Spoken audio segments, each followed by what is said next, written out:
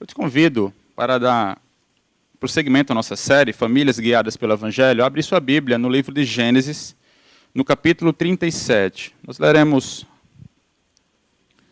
alguns versos aqui, Gênesis capítulo 37. E o título do sermão dessa manhã é Culpa e Graça na Família de José. Culpa e Graça na Família de José. Nós investigaremos alguns versos à luz da vida de José, mais focado aqui no relacionamento dele com seu pai Jacó e com seus irmãos. Gênesis capítulo 37, do verso 2 ao verso 5. Diz assim a palavra do Senhor. Essas são as gerações de Jacó. Aos 17 anos de idade, José cuidava dos rebanhos com seus irmãos. Ainda jovem, auxiliava os filhos de Bila e os filhos de Zilpa, mulheres de seu pai. E José levava a seu pai más notícias a respeito deles.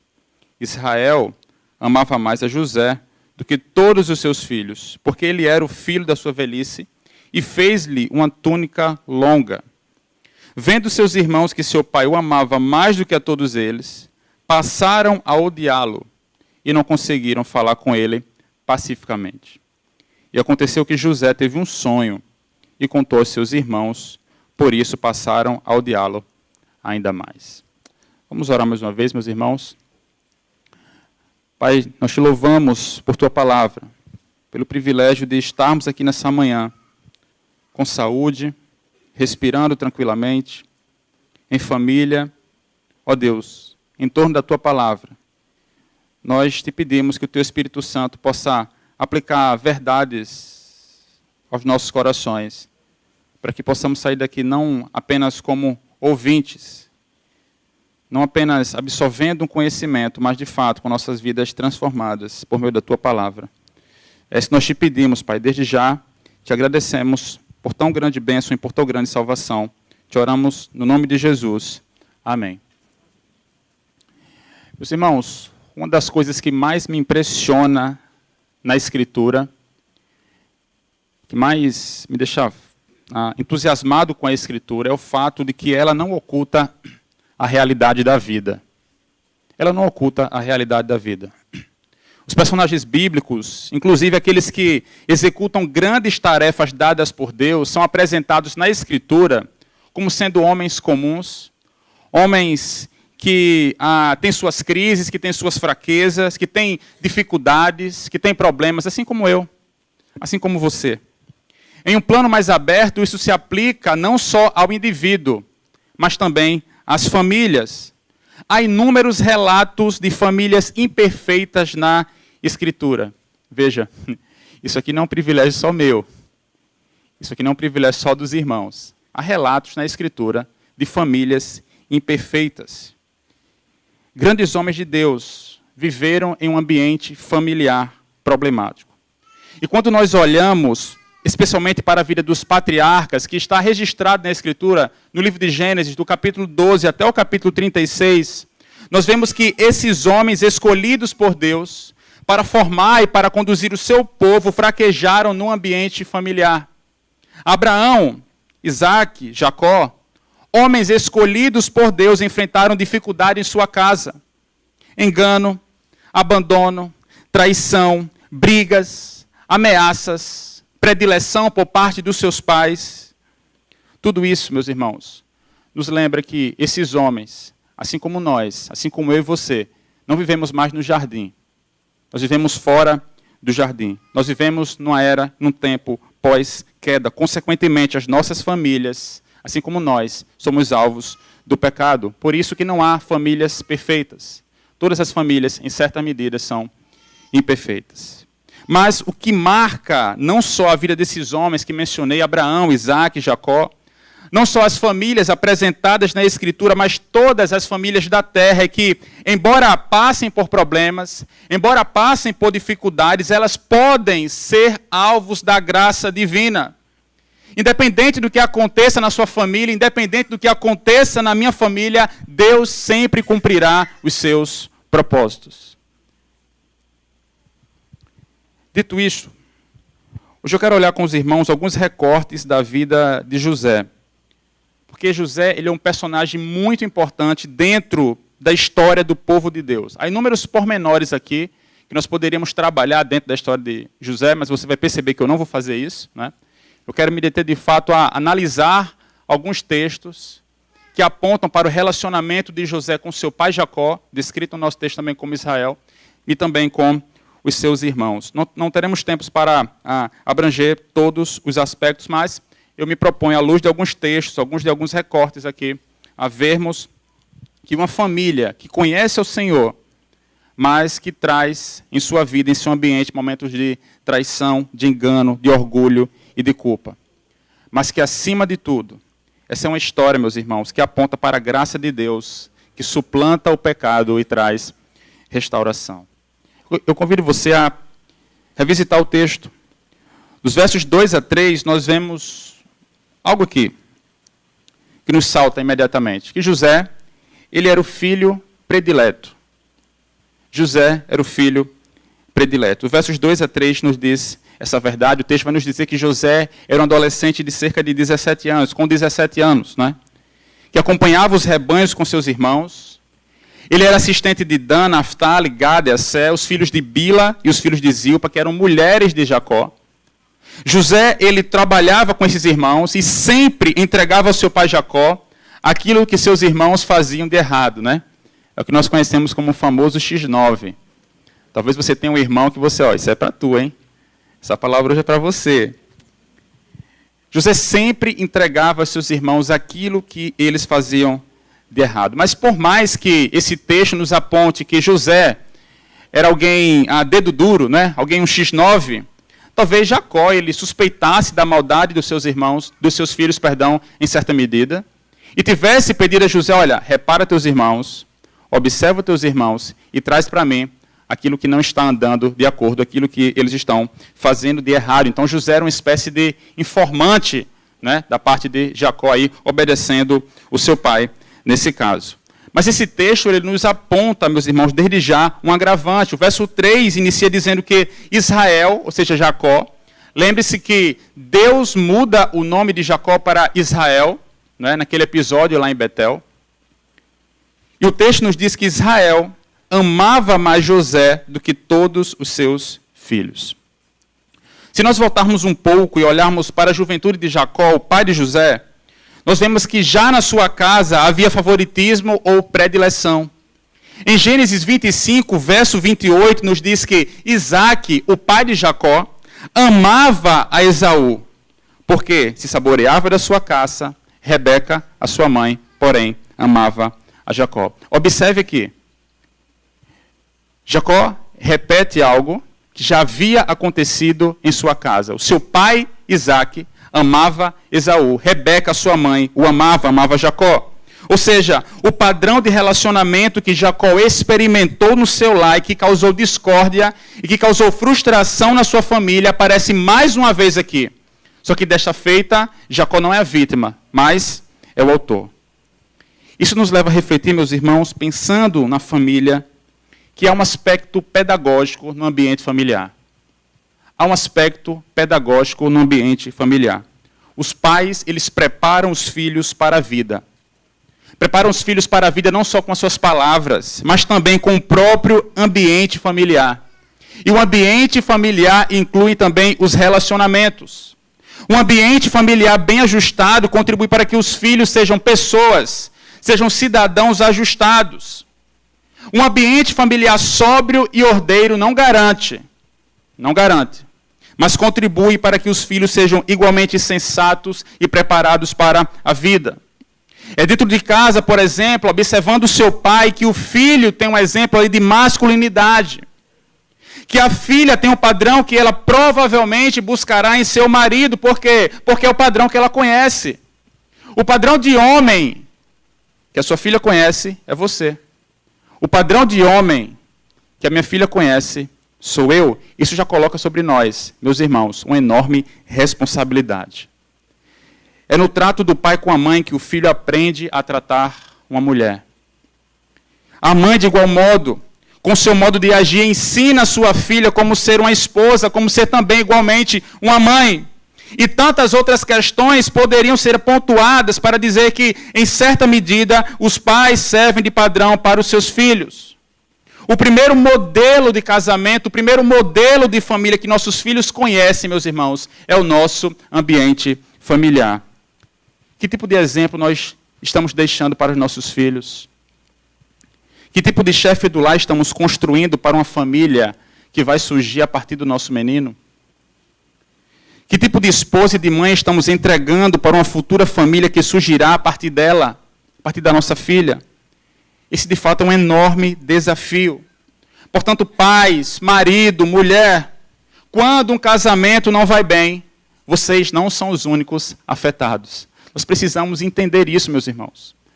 Quando o meu relacionamento com a minha esposa não vai bem, isso não afeta apenas a mim. Isso não afeta apenas a ela, isso não afeta apenas o meu relacionamento com Deus, isso não afeta apenas o relacionamento dela com Deus, mas prejudica todo o ambiente familiar. A igreja é prejudicada porque, até onde nós sabemos, a igreja é composta de indivíduos, de famílias, de pessoas. Mas não só isso, não só a família, não só a igreja, mas a própria sociedade também é prejudicada. Nós precisamos compreender que a família prepara para a vida com o seu próprio ambiente. Isso também, meus irmãos, diz muito sobre a fé que nós professamos. Porque um lar guiado pelo Evangelho deve ser aquele onde não há discrepância entre aquilo que é ensinado, entre aquilo que é falado, entre aquilo que é pregado e entre aquilo que é vivido. Se um pai é piedoso na igreja, mas não é em casa, nós estamos com um problema. Se uma mãe, se uma mulher, se uma pessoa é boa de relacionamento na igreja, trata bem as pessoas na igreja, mas é ruim de relacionamento em casa, do que é que adianta? Esses valores, esses princípios começam no nosso lar. Esses valores, esses princípios começam em casa. O verso 3 ainda nos diz que Jacó fez uma túnica longa para José. Talvez a sua tradução aí aponte que essa túnica ela era colorida, ela era chamativa, ela era elegante, porque trata-se de uma vestimenta especial. Não era uma vestimenta igual dos irmãos de José. Não era uma vestimenta igual a que os irmãos de José usavam para trabalhar. José tinha uma túnica diferente, tinha uma túnica mais fina, tinha uma túnica especial, ou seja, José foi colocado ali em posição de destaque. E tudo isso causa o quê? Amor? Não. Isso causa prejuízos entre os irmãos. Ciúme, inveja, comentários negativos, desunião e até tentativa de homicídio. Tudo isso por quê? Porque Jacó repetiu os mesmos erros dos seus pais. Porém, mesmo sabendo que o ambiente familiar contribui para a formação dos filhos, nós precisamos considerar, meus irmãos, que os exemplos negativos não devem ser imitados. Aquilo que eu aprendi dos meus pais e que não serve para a minha família, eu não devo imitar. Seja o comportamento, seja o modo de falar e principalmente o favoritismo, a predileção de um filho. Pais não podem, sob hipótese alguma, manifestar preferência por nenhum dos filhos.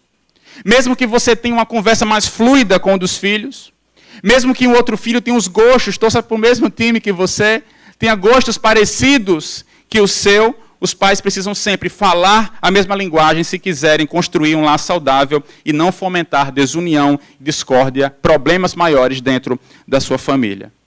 Nós precisamos, meus irmãos, almejar ter um ambiente familiar onde haja harmonia, união, amor, paz. Isso requer diálogo, vivência e, principalmente, a dependência do Senhor. Clame ao Senhor e peça para que o seu lar seja conhecido como um lar temperante, onde as bênçãos do Senhor e os frutos do Espírito sejam visíveis e constantes, não apenas para um membro específico, mas para toda a família, para todo o ambiente familiar. Jacó, porém, foi alguém que repetiu o erro de seus pais e fomentou ódio entre os seus irmãos.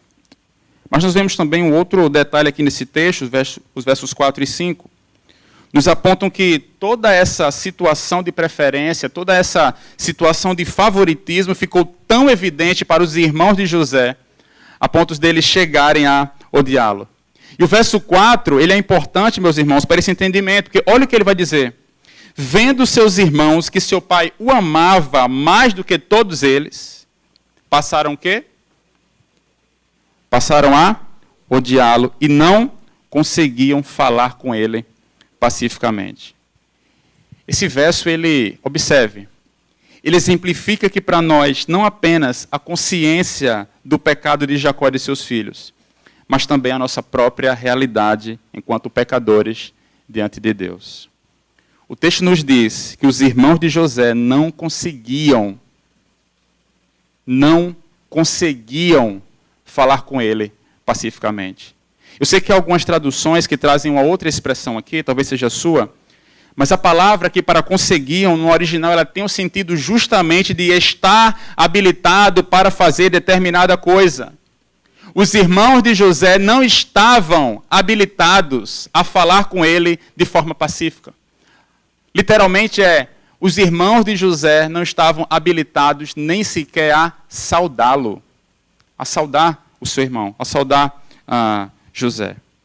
Eles estavam com tanto ódio a ponto de não ter nenhum tipo de inclinação para nem sequer saudá-lo. Perceba a gravidade do pecado aqui sendo exposto.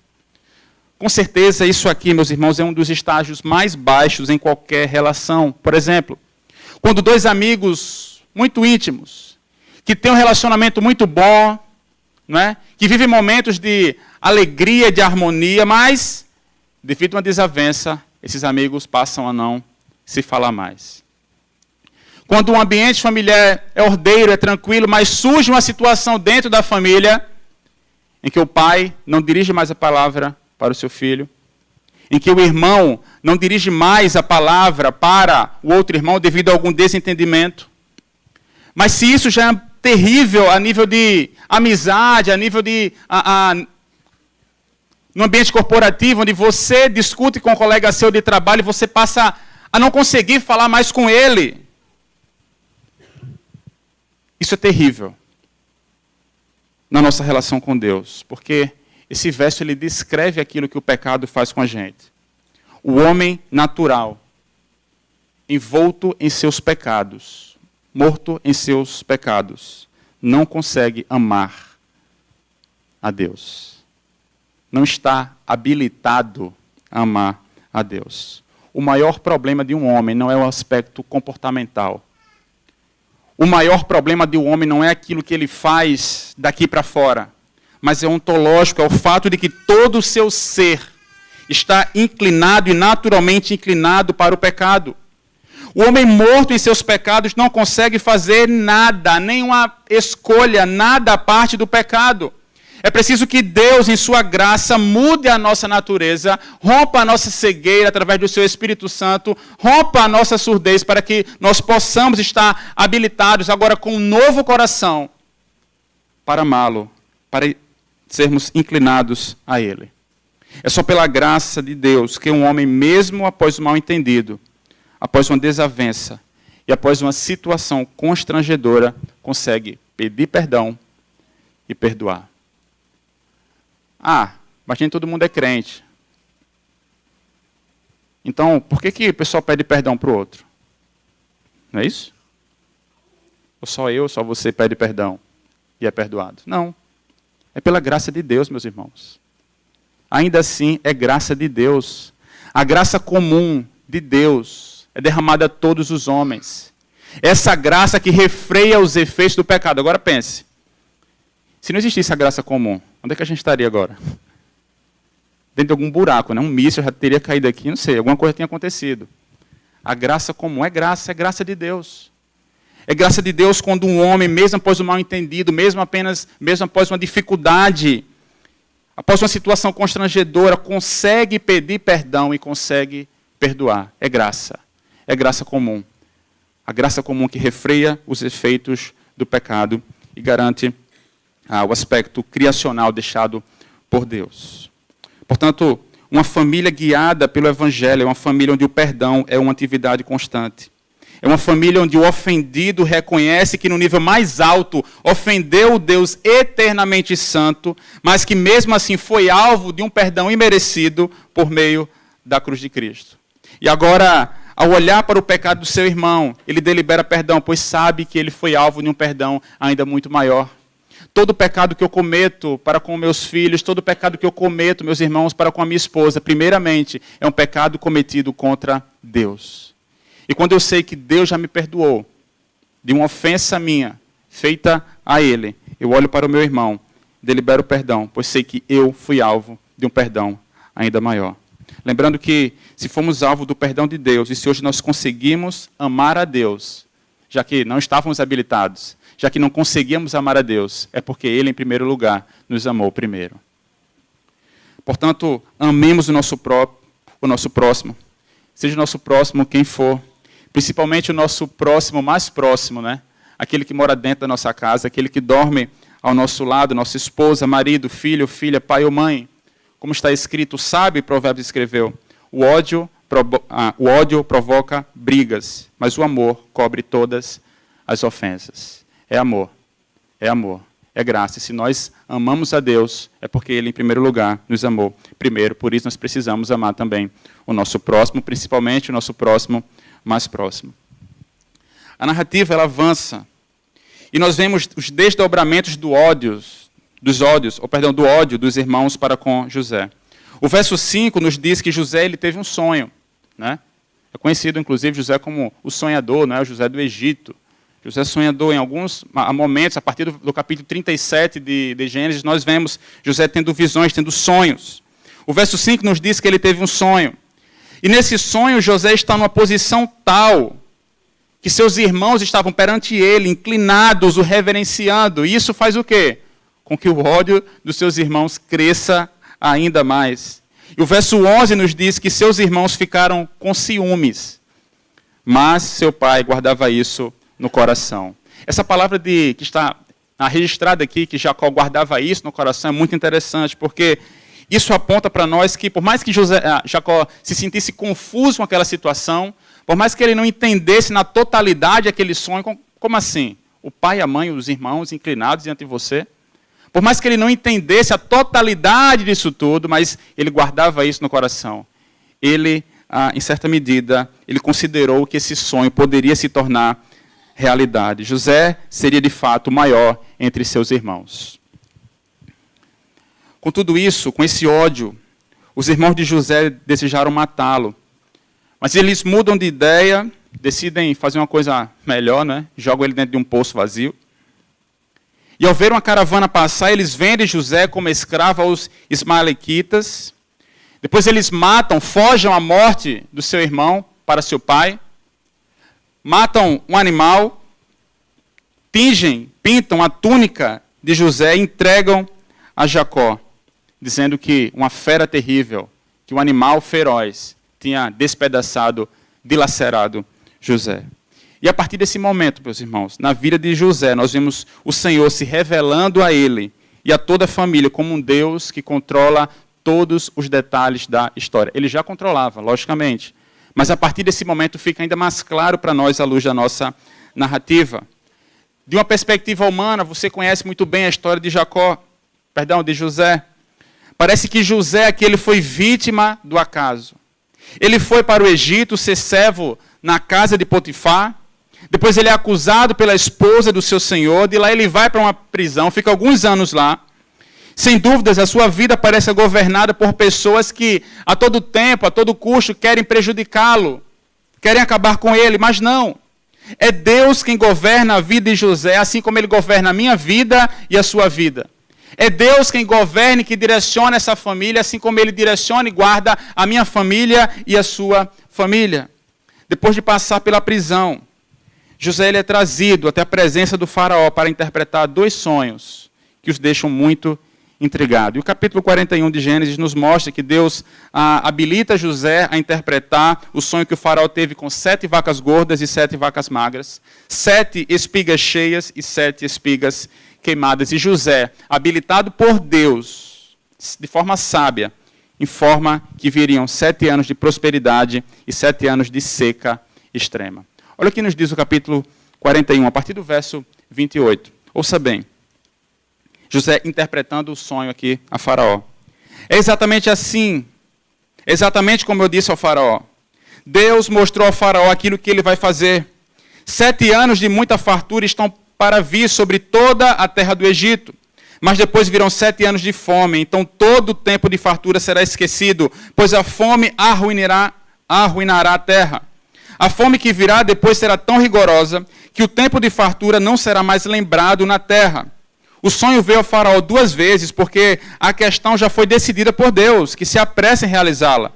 Procure agora, ó faraó, um homem criterioso e sábio, e coloque-o no comando da terra do Egito. O faraó também deve estabelecer supervisores para recolher 1/5 da colheita do Egito durante os 7 anos de fartura.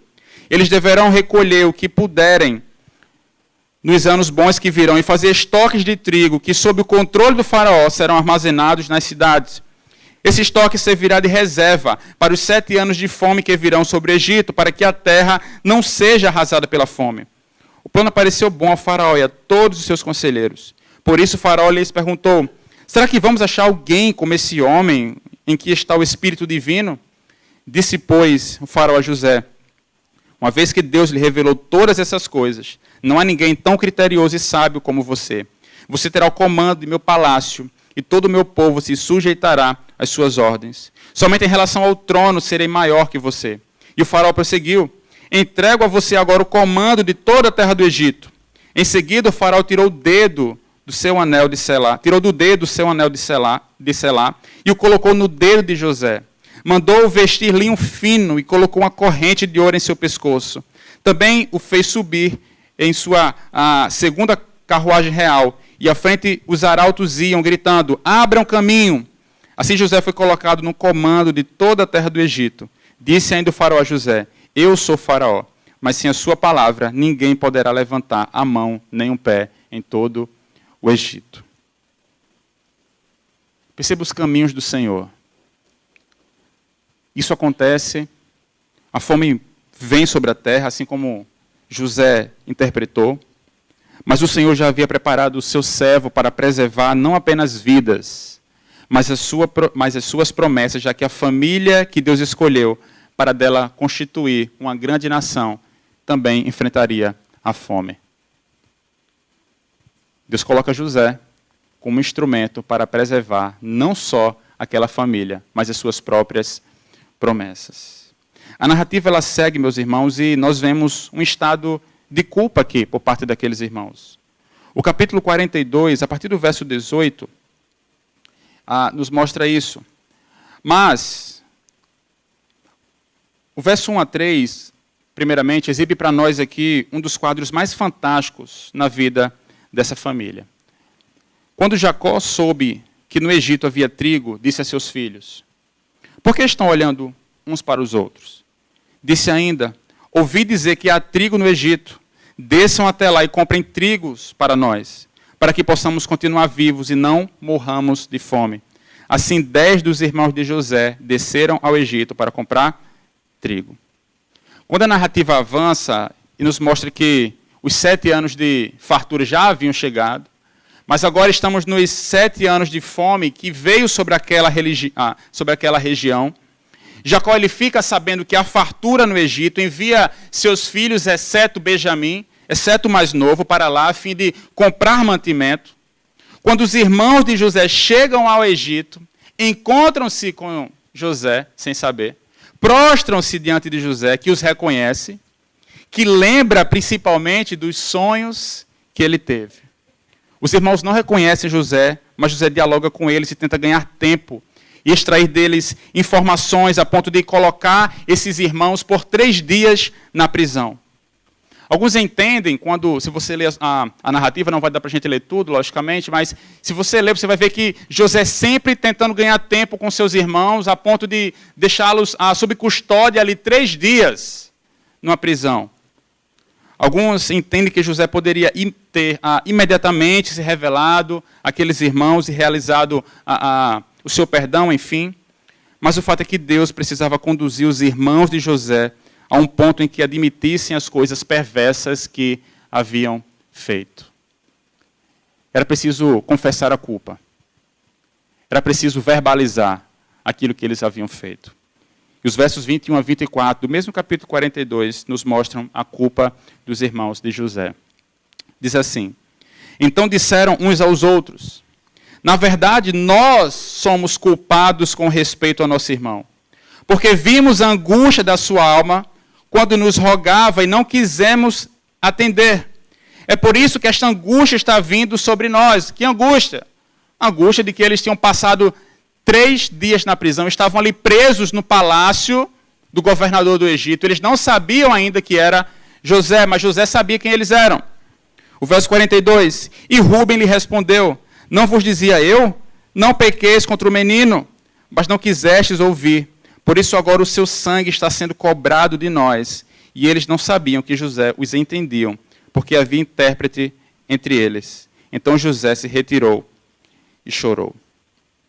Mais de 20 anos já haviam se passado. Mais de 20 anos se passaram desde quando José foi vendido a seus irmãos como escravo, até esse momento em que os irmãos estão diante dele agora face a face. Tanto tempo se passou, meus irmãos, e possivelmente durante todo esse tempo, os filhos de Jacó também fossem assombrados pela lembrança de terem vendido seu irmão como escravo, o seu irmão inocente como escravo. Quantas vezes a nossa consciência consegue desenterrar o passado e nos trazer medo, e provocar medo em nós? A consciência pesada daqueles homens trouxe à tona um pecado terrível, e esse pecado gerou culpa no coração deles. Sim, gerou culpa. Isso porque, meus irmãos, há muita gente que faz o mal e se sente tranquila. Há muita gente que desobedece ao Senhor de forma deliberada, que faz o que não deve fazer e está em paz com isso, se sente tranquilo. Mas os irmãos de José sentem a culpa. Não foi isso que aconteceu com eles, eles não ficaram tranquilos, eles se sentiram culpados. E reconheceram o seu pecado, reconheceram a sua culpa, e com isso puderam ser tratados diante de Deus. É o mundo, meus irmãos, que nos encoraja a fugir da culpa. Para o mundo, você reconhecer o seu pecado é uma ofensa. Para você reconhecer que você teve culpa em uma determinada situação, isso é uma ofensa. Por quê? Porque você sempre deve estar por cima. Você mostrar que você cometeu um pecado demonstra que você está num estado de humilhação. É por isso que o mundo sempre vai lhe encorajar a fugir da culpa. Mas para o cristão não é assim. Não é assim que funciona. A culpa é uma aliada no processo de restauração, toda vez em que ela for confessada, não apenas diante da parte ofendida, mas principalmente diante de Deus. Confessar não apenas diante da parte ofendida, mas, como eu falei anteriormente, confessar o seu pecado, a sua culpa diante de Deus. Há casais que precisam confessar a culpa por algum pecado cometido um contra o outro. Há pais que precisam confessar determinado pecado contra o seu filho. Há irmãos que precisam confessar o seu pecado igualmente para o outro irmão. Mas não só isso. É preciso que toda a família, que os pais, que os filhos e que os irmãos confessem o seu pecado diante de Deus. Talvez você se sinta culpado por algum pecado cometido contra alguém que já não está mais aqui. Talvez há uma culpa em seu coração e você não pode esboçar essa culpa, confessar essa culpa para a pessoa porque ela já não pode mais te ouvir. Ela já não está mais aqui. E você carrega um fardo pesado por tanto tempo e não pode mais suportar. Eu te encorajo hoje a confessar diante de Deus e em Deus buscar o alívio que você tanto precisa. Confesse ao Senhor. Confesse ao Senhor. Entregue sobre Ele esse fardo, essa culpa que você já não aguenta mais. Um dos textos bíblicos mais diretos em relação à culpa e aos seus efeitos, sem dúvidas, é o Salmo 32. E nesse salmo, Davi nos mostra o conflito que há no íntimo por causa da culpa do pecado e aponta como nós podemos obter o perdão que nós tanto precisamos. Olha como diz o Salmo 32, como ele começa. Bem-aventurado aquele cuja transgressão é perdoada e cujo pecado é coberto. Bem-aventurado o homem a quem o Senhor não atribui culpa e em quem não há engano. Enquanto me calei, isso Davi falando, em relação aos seus pecados, enquanto me calei, meus ossos se consumiam de tanto gemer o dia todo, porque tua mão pesava sobre mim de dia e de noite. Meu vigor se esgotou, como no calor da seca. Confessei-te meu pecado, e então encobri minha culpa. Eu disse, confessarei as minhas transgressões ao Senhor, e tu perdoastes a culpa do meu pecado. Perceba como o pecado e a culpa são nocivos não só à alma, mas também ao corpo. Davi faz menção aqui ao seu físico. Até o seu físico, até o seu corpo sofria dos efeitos da culpa em que ele guardava calado em seu coração, a culpa não confessada, um pecado não confessado. Há pessoas que estão morrendo lentamente por dentro, por vezes até ficando literalmente doentes, porque carregam a culpa, porque não confessam. Não confessam o seu pecado, logo não obtêm misericórdia. Mas, meus irmãos, se o mundo tem a culpa como algo a se ocultar, para o cristão, a culpa ela é um presente dado às claras. Porque a culpa nos leva ao sentimento, esse sentimento nos leva à única esperança que nós temos. Por isso, para vencer a culpa, é preciso reconhecer o pecado, confessar o pecado e ter a consciência de que só Deus pode perdoar o pecado. Quando nós reconhecemos isso, nós não encontramos outro caminho senão o da cruz de Cristo. Precisamos confessar o nosso pecado, reconhecer o nosso pecado, confiar e crer que, de fato, só Deus pode perdoar o nosso pecado. E assim nós acharemos o caminho da cruz de Cristo. A culpa nessa família foi exposta. A ferida agora estava aberta. E se José, que era humano, perdoou plenamente os seus irmãos, quanto mais Deus fará qualquer pessoa que confesse as suas culpas diante dele. Mas a história de José ela não termina aqui. O texto avança e nós vemos não só culpa, mas também a graça sobre essa família. José ele perdoa seus irmãos, traz para perto de si seu pai, bem como toda a sua casa para o Egito. E se Jacó havia passado apenas 17 anos, havia passado apenas 17 anos com Jacó, seus primeiros 17 anos, os últimos 17 anos de vida de Jacó também são vividos ao lado do seu filho na terra do Egito, onde ele morre com 147 anos. Mas quando Jacó morre, surge uma situação e o que vemos é simplesmente a graça de Deus sendo derramada nessa família através da vida de José. Olha o que diz o verso 15 do capítulo 50. Vendo os irmãos de José que seu pai havia morrido, disseram: e se José guardar rancor contra nós? E se José resolver retribuir todo o mal que lhe causamos? Então mandaram um recado a José, dizendo: antes de morrer, teu pai nos ordenou que te disséssemos o seguinte: peço que perdoe os erros e pecados de seus irmãos, que o trataram com tanta maldade. Agora, pois, perdoa os pecados dos servos do Deus do teu pai. Quando recebeu o recado, José chorou. Depois vieram seus irmãos, prostraram-se diante dele e disseram: aqui estamos, somos teus escravos. Porém, José lhes disse: não tenham medo. Estaria eu no lugar de Deus? Vocês planejaram mal contra mim, mas Deus o tornou em bem, para que hoje fosse preservada a vida de muitos. Por isso, não tenham medo. Eu sustentarei vocês e seus filhos. E assim os tranquilizou e lhes falou amavelmente, ou, em algumas versões, falou ao seu coração. Os irmãos de José, por um instante, acharam que a presença de Jacó era o que sustentava a vida deles aqui nessa terra. Talvez eles vivessem esses 17 anos, esses mais de 20 anos, né, à sombra do medo, apreensivos com o que poderia acontecer quando Jacó morresse e eles estivessem a sós com José. Para esses irmãos, para o restante dessa família, a vingança de José seria o trunfo sobre a justiça, ou teria o trunfo sobre a justiça, mas não. Quem triunfa é a graça de Deus. Quem triunfa é o perdão, e José havia perdoado definitivamente os seus irmãos.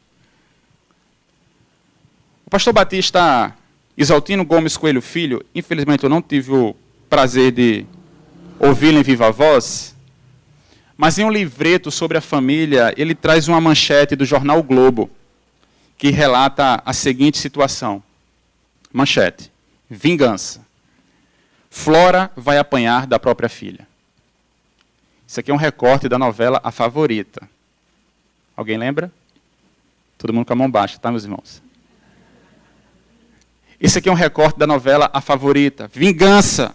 Flora vai apanhar da própria filha. E a seguir, a explicação do enredo da novela, em letras menores, diz assim: a mocinha diz que não entende como pode ser filha de uma pessoa fria e má como a vilã. Perceba o paradoxo aqui. O negócio aqui é contraditório, tá? É confuso mesmo, vou explicar. O que está sendo apresentado é a mocinha, que é a filha, quer bater na mãe, que é a vilã, que não entende como pode ser filha de alguém assim. Perceba a linguagem que é passada. O perdão aqui é está totalmente desconstruído, não existe possibilidade alguma de perdão. Flora quer bater na própria filha. A vingança aqui ela é exaltada.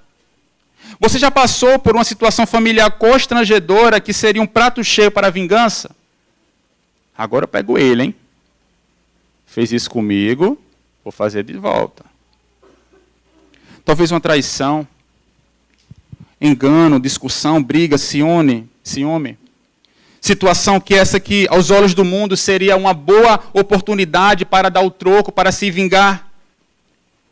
Um dos principais, meus irmãos, sinais de que Deus está agindo de fato em nossa vida é o fato de que exercemos o perdão. Saber perdoar é uma grande virtude. A vingança nunca pode ser uma opção, nunca, jamais em nossa família.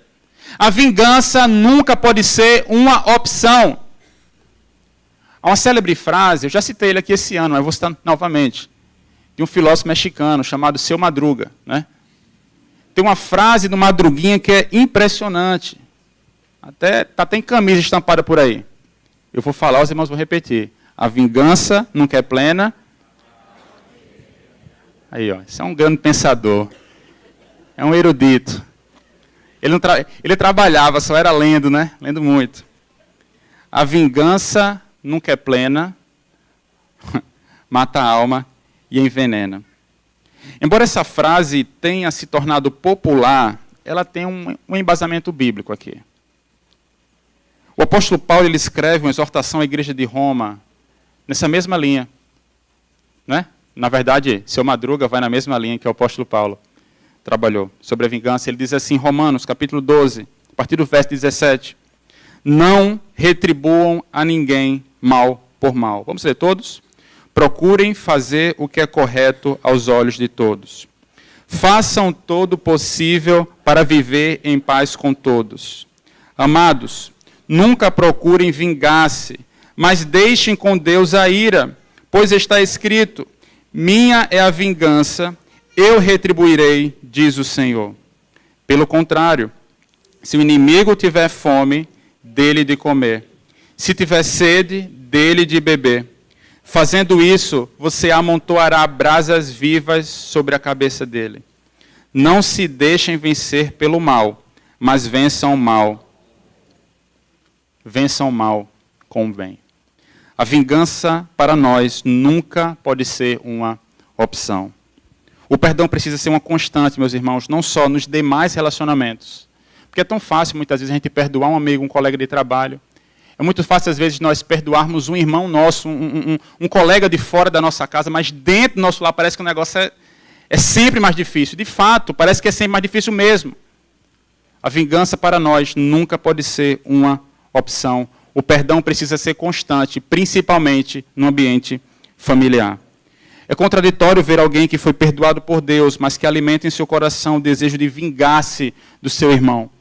Independente do que aconteceu ou acontece em seu ambiente familiar, nunca se vingue, sempre perdoe. Nunca se vingue, sempre perdoe. Não há limites para o perdão. Quando abordaram Jesus, quantas vezes tem que perdoar? 70 vezes 7. É o infinito, né? 70 vezes 7, diversas vezes, inúmeras vezes. Não há limite para o perdão. O fato é que José nunca quis vingar-se de seus irmãos. Ele entendeu que no nível mais excelente era Deus quem estava governando a sua vida. A vida de José não estava a mercê, refém do acaso. José de fato compreendeu que o mal planejado contra ele havia se tornado em bem, segundo a vontade de Deus. E José, veja, olha que coisa linda, meus irmãos. Nós precisamos atentar essa verdade aqui. Olha que coisa linda. José não apenas perdoou seus irmãos, mas também garantiu cuidado constante a eles. Eles poderiam falar meramente assim, olha, perdoo vocês, tá? Valeu aí, tchau e bênção. Não foi assim que aconteceu. José perdoa seus irmãos e garante a eles cuidado constante. O verso 21 do capítulo 50 nos diz: por isso não tenham medo, eu sustentarei vocês e seus filhos. E assim os tranquilizou e lhes falou amavelmente. Aqueles irmãos receberam de José um lar onde morar, trabalho a fazer, alimento para comer, e assim tiveram suas necessidades supridas. Esse relato ilustra para nós aquilo que o nosso Senhor e Salvador Jesus Cristo nos garante, meus irmãos. É isso que de fato esse texto nos mostra, nos aponta. É Ele, é Cristo Jesus quem garante que nunca vai nos deixar. Mateus 28, olha, estarei com vocês todos os dias, até a consumação dos séculos. É o próprio Cristo Jesus quem garante que vai suprir todas as nossas necessidades. E na história de José nós vemos claramente que o nosso Deus é um Deus que ama a família. Nós somos feitos para viver na companhia de outras pessoas, e a família é o primeiro ambiente, é o primeiro lugar social onde nós somos inseridos.